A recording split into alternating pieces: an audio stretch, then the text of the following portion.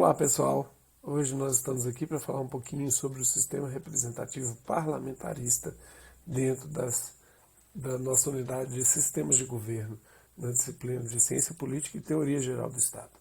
Bom, o sistema parlamentarista, né? Quais são os mecanismos e características do parlamentarismo? Bom, a primeira coisa é de que no parlamentarismo o executivo ele é apresentado de forma dual. O que é isso, a organização dualista do sistema executivo?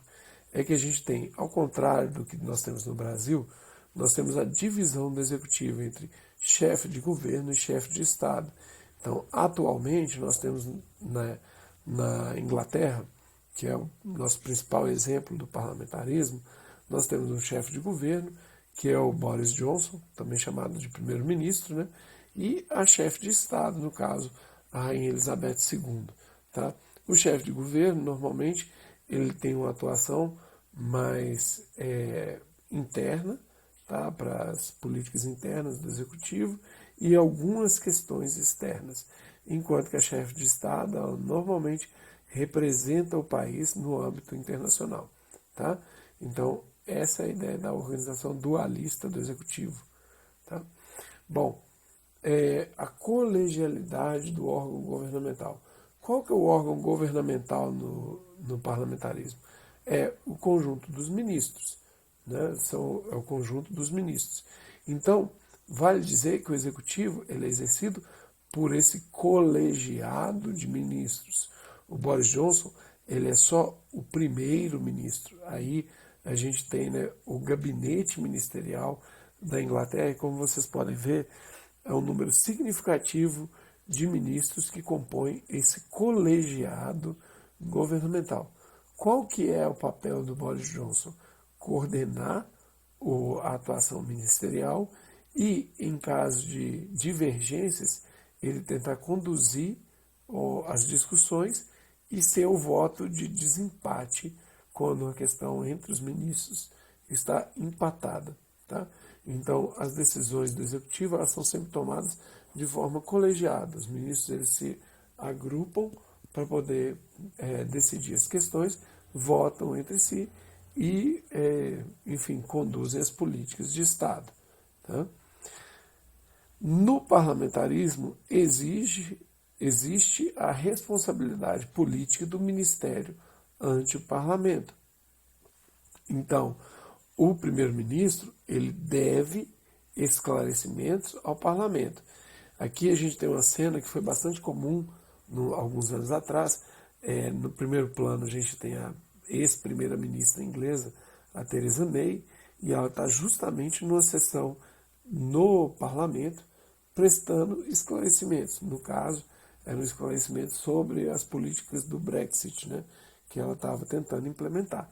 Então, justamente o parlamento pode, a qualquer instante, exigir que o primeiro-ministro, né, vá ao parlamento e preste esclarecimento. Né. Caso esses esclarecimentos não convençam o parlamento pode promover aquilo que se chama de voto de desconfiança. Ou seja, é o parlamento falando assim, nós não aprovamos as condutas que esse gabinete ministerial está fazendo. Né? Quando o parlamento passa um voto de desconfiança, o gabinete ministerial ele é dissolvido. E aí outros ministros são colocados no cargo. Né? Então, um novo primeiro-ministro, novos ministros de Estado. Então, com isso, né, o que a gente tem é justamente assim, um controle do executivo pelo legislativo. Né? A própria Theresa May ela colocou o cargo à disposição porque ela já estava sendo muito questionada e isso gerava dificuldades. Mas também o parlamento ele não é todo poderoso, igual pode se pensar. Por quê?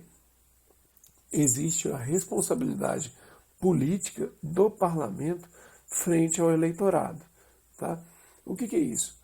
O parlamento ele precisa de estar antenado às vontades do povo. tá? E aí, esse é um papel que muitas vezes a gente esquece, que é a força que o chefe de Estado tem no parlamentarismo. Por quê? Qual que é a ideia aqui? O primeiro-ministro, ele às vezes está tentando implementar uma política que ele entende ser uma política que reflete a vontade popular. Tudo bem? Então, nesse caso, a gente vai ter o seguinte, né? A gente vai ter um primeiro-ministro tentando executar uma ação que ele acredita ser interessante para a população em geral. Só que, às vezes, por uma questão política, o parlamento começa a bloquear, mesmo que seja uma ação benéfica para a população, às vezes só para tentar enfraquecer esse primeiro-ministro, o que o parlamento vai lá, ele faz, ele começa sistematicamente boicotar as ações ministeriais, né, e começa a impedir. O que esse primeiro-ministro vai fazer então? Ele vai pegar e vai cobrar a responsabilidade política do parlamento frente ao eleitorado. E como que ele faz isso? Ele vai pedir para o chefe de Estado dissolver o parlamento e, com isso, convocar novas eleições. E aí, isso é um teste da popularidade da política. Tá? E aí, se a política que aquele primeiro-ministro estava tentando implementar for, de fato, uma política que o povo apoia, a gente vai ver nessas novas eleições o partido do primeiro-ministro ganhando mais assentos e, com isso, ele vai ter uma maior força no legislativo. Tá? Agora, se o que ele estiver apresentando de fato não for vontade popular, o partido dele vai perder assentos no Congresso e ele automaticamente vai entregar o seu cargo. Um exemplo disso foi um exemplo bem recentemente nós vimos isso sendo executado.